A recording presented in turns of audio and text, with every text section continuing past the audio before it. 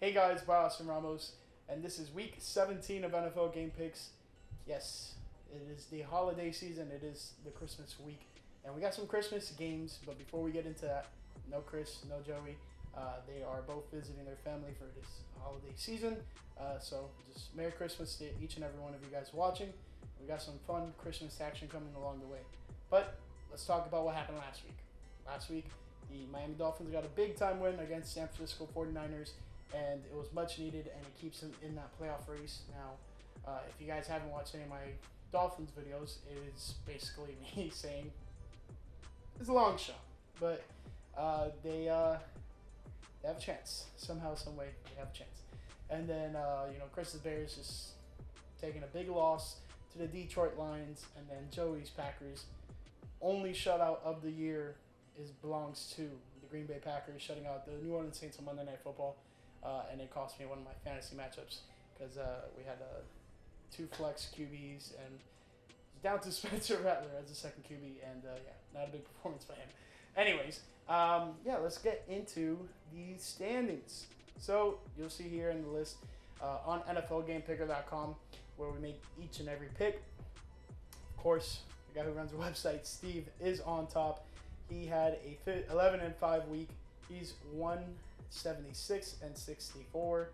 Then we got G-Dog in second place at 168 and 72 after a 9-7 week. And then in third place, Hecty took the lead with a 10-6 week, breaking the tie with Pete, and he is now at 166 and 74.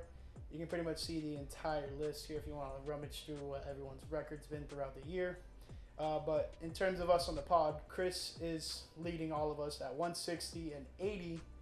And you got myself in ninth place at 149 and 91. Not a bad week though, 11-5 for me. Shout out Tina and Chris both, and Sean all getting 13 and 3 weeks. Same for Dougie Fresh. And then going down the list, we got Joey at 144 and 96 after a 12-4 week. Anyways, guys, that is the standings, and it's time to get into the Christmas Day action. And we'll start off with none other than the Kansas City Chiefs at the Pittsburgh Steelers. As you guys see, I have Chris and Joey's picks already dialed in. Just because they're not here to really speak on them, but I can tell you what I can imagine what they're thinking. It is that Pittsburgh did not look so good against the Baltimore Ravens last week. And, I don't blame them. Kansas City consistently finding ways to win each and every week. I think Pittsburgh is a tough spot to play at, but keep in mind that it's the Kansas City Chiefs season apparently, because they just find a way to win each and every week, and I'm not going against them. Why would I do it now when pretty much at some point in the season, during the going into the Buffalo game, that was like the last time that I even faltered thinking about going against them, and then ever since then I'm like, all right, they lost that game, they're not going to lose another one the remainder of the season unless they already got the number 1 seed locked up, etc. So, but yeah, big time Christmas matchup, and Hollywood Brown returned last week, didn't get really too much action going, so I'm expecting him to be a little bit more of a contributor moving forward with this Kansas City Chiefs team. So give me the Kansas City Chiefs for a big Christmas Day W to kick off the slate. Then we're going to take it over to Houston, where the Baltimore Ravens are playing the Houston Texans. Texans are going to be wearing their H-Town uniforms, those nice little navy blue ones with the baby blue numbers and stuff. Tank Dell's injury was so gruesome. It sucks to see someone who's had such a rough start to his career. And it's weird because he's had a lot of ups and downs. Last year he was playing phenomenal. He was looking like one of the best receivers coming out of last year's draft class. And then he broke his fibula. Then, in the offseason, he's out and about, and he gets shot outside of a nightclub. Unfortunate. And then, just this past week, he had a really gruesome injury to his knee. And it appears that he's going to be done for the year. And I think, this Texans wide receiver core is very depleted at this moment. And that's why I got to go with the road team here and give me the Baltimore Ravens. Things have been looking good in Baltimore. things are slightly looking bad to worse in Houston, and injuries are starting to catch up to them. Now, whether or not is the fact of if they can, field a competitive team and keep on going. And obviously, that AFC South pretty much could almost virtually be theirs with a win, but Colts are right on their tail. So we'll just have to wait and see about that one. But let's kick it to the Thursday night football action. And we got the Seattle Seahawks visiting Chris's Chicago Bears. You can see here, Chris went with the Seahawks. He's not too confident in his squad. I don't blame him too much. The Bears have not been anything noteworthy in terms of being a dominant team. They've had their ups and downs. Caleb plays pretty well. They just can't find a way to win. And Seattle definitely needs this one, and this is a big-time game for Seattle to stay in some type of playoff relevancy. So give me the Seattle Seahawks here. It's going to be tough for them. I think the Bears do put up a good fight, but at the end of the day, the Seattle Seahawks come out on top. Keeping it moving, we got the first game on the Saturday slate again. We got 3 games on Saturday, and it is the Los Angeles Rams at the New England Patriots. Patriots made it interesting last week against the Buffalo Bills, but this Chargers team needs it more. So give me the Los Angeles Chargers. I haven't been too pleased with what I've been seeing out of the Chargers as of late, but they did have a nice comeback win against the Denver Broncos. They were able to shut out the Denver Broncos in the second half. You don't do that and not be, a very well-mannered, playoff contending team. So I think the Chargers are building towards that direction, and they might make the playoffs. And then once we get down to the seeding, it'll be very interesting to see what happens in terms of who they may be playing. But a win here pretty much virtually locks up the playoffs for the Los Angeles Chargers. So, New England has fight, but I think the Chargers are going to come correct and handle business in Foxborough.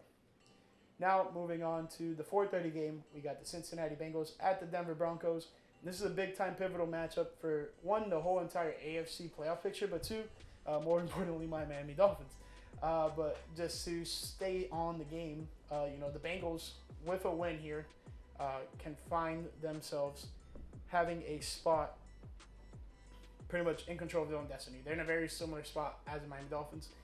They will need the Miami Dolphins to lose should the Bengals win out. But yeah, the Broncos are in danger of missing the playoffs because the Broncos lose out, Colts continue winning, Colts get in. If the Colts lose one and the Dolphins keep winning, Dolphins get in. If the Colts and the Dolphins lose one and the Bengals win out, Bengals are in. So things are about to get real dicey here real quick. And, the Denver Broncos, it's a must-win situation for them. They're at home. It's really hard to pick against them, but I'm going to do it anyways. Give me the Cincinnati Bengals. I think, they are a team that is a sleeping giant, and they've had just a horrible start to their year and just have had unfortunate bounce after unfortunate bounce. They've had the most close losses all year of any team. So I think they have a chance to win here. But yeah, give me the Cincinnati Bengals at home. We're going to keep it moving to the Arizona Cardinals at the Los Angeles Rams. Arizona Cardinals had a blunder against the Carolina Panthers, lost in overtime, and Trey McBride was not happy about it. This loss resulted in the Cardinals being eliminated from the playoffs. And I just think the Rams have way more to fight for. They have so much intent to try to win this NFC West, and right now they are the front runners in it, which is good for them. And they could possibly end the year off with a 10-win season, which will be good for this Los Angeles Rams team, who has had its ups and downs this season, and finally getting it right on track late in the year with their players coming back, so on and so forth. But we're going to keep it moving to the NFC South, where we got the Carolina Panthers at the Tampa Bay Buccaneers. And this is the first game of the Sunday slate. And I'm going to go with the Tampa Bay Buccaneers. They want to have firm control of this division. And the Atlanta Falcons are right on their tail. So they can't afford to lose this one, especially to an opponent like the Carolina Panthers. Now, the Panthers are an interesting team. They are competitive, but this Tampa Bay Buccaneers team just somehow finds a way to win each and every week. and I don't think this week stops them. All right, so keeping it moving, we have the Dallas Cowboys at the Philadelphia Eagles. This game got flexed out, I think, of the 4 o'clock window. But yeah, Philadelphia Eagles wearing their throwback unis. How can you not pick them against this lowly Dallas Cowboys team? So give me those birds. And I'm going to just keep it pushing because we got a couple snoozers here. Like this one, we got the Indianapolis Colts at the New York Giants. All the boys are going with the Colts. I would love nothing more than the New York Giants to spoil postseason berth for the Indianapolis Colts and help out the Dolphins here. But I don't think it happens, unfortunately. The Giants just aren't that good. Too many issues there. And it all starts in the front office. So we'll see what happens with that team and how they move forward in terms of building out this roster, because I don't know how you draft a guy, extend him, and then cut him. So talking about Daniel Jones at the quarterback position. Yes, I understand he wasn't that great, but that was just poor management entirely by the New York Giants. But keeping it moving, we got two lowly teams as well. We got the Las Vegas Raiders at the New Orleans Saints.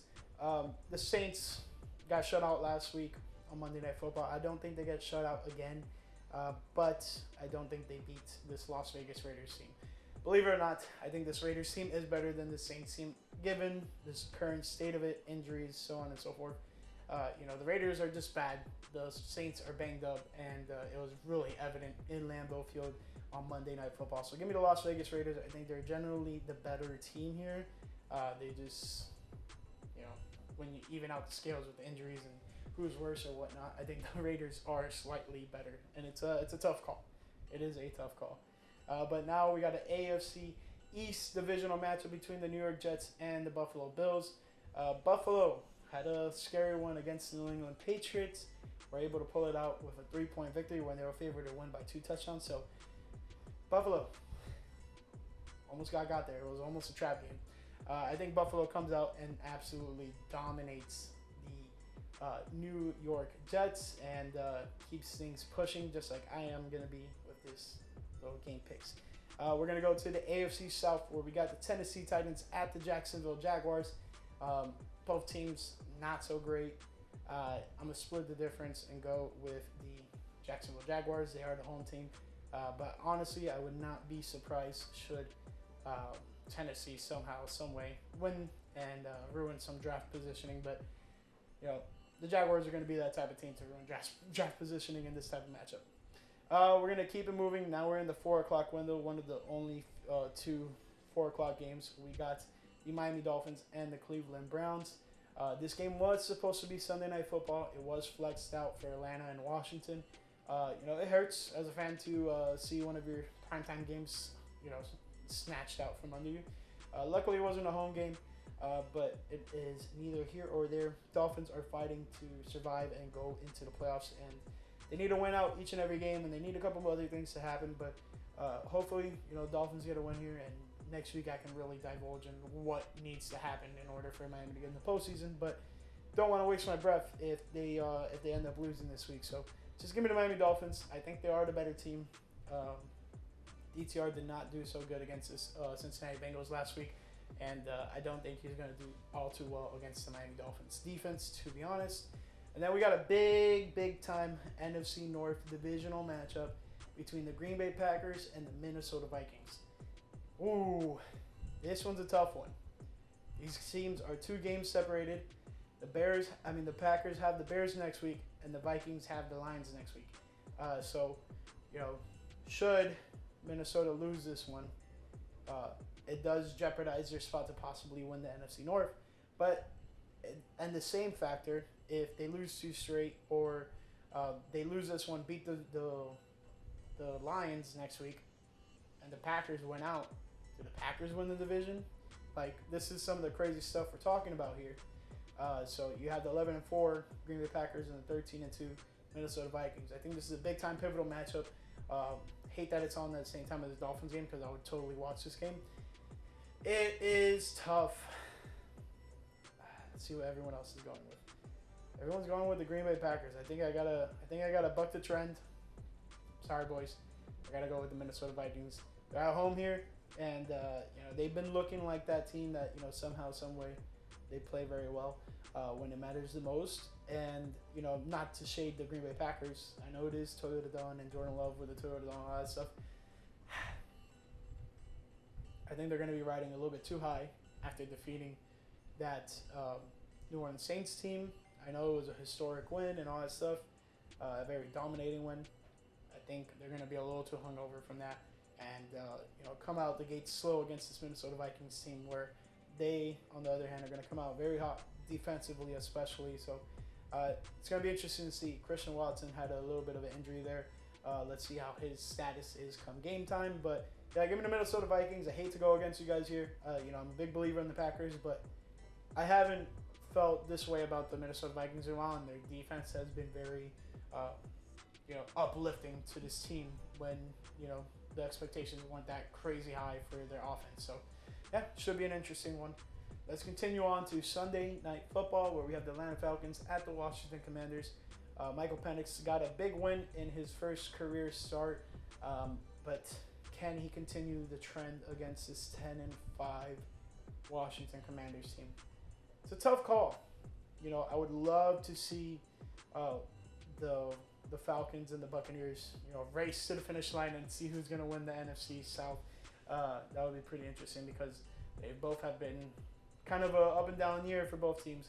But this Washington team is looking really good and got a big-time win against the Philadelphia Eagles. I know Jalen Hurts got hurt in the game at some point, but hey, a win's a win. And, yeah, give me the Washington Commanders. I think they are the better team here, and it makes things unfortunate for the Atlanta Falcons because they really need a win tied up with the Buccaneers for the division title currently, and one more week of action after this one. So it's going to be a very costly loss for the Atlanta Falcons, but hopefully Penix, continues his development, and hopefully they can get into postseason. That would be pretty cool to see.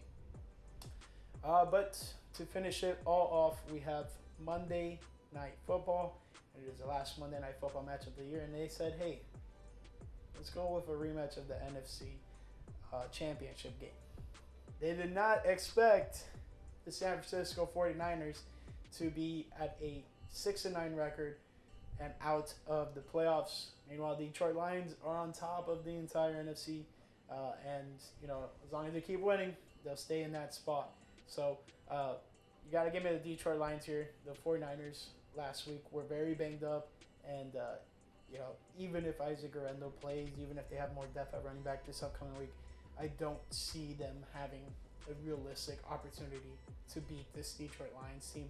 But should Detroit take a loss here, that would be pretty interesting. But I don't think that's the case. I think they've been one of the better teams in all of the NFL all season long, and now is not the time to fade off of what they bring to the table. But yeah, that pretty much sums up Week 17 NFL Game Picks. It was a quick one. It was a holiday one.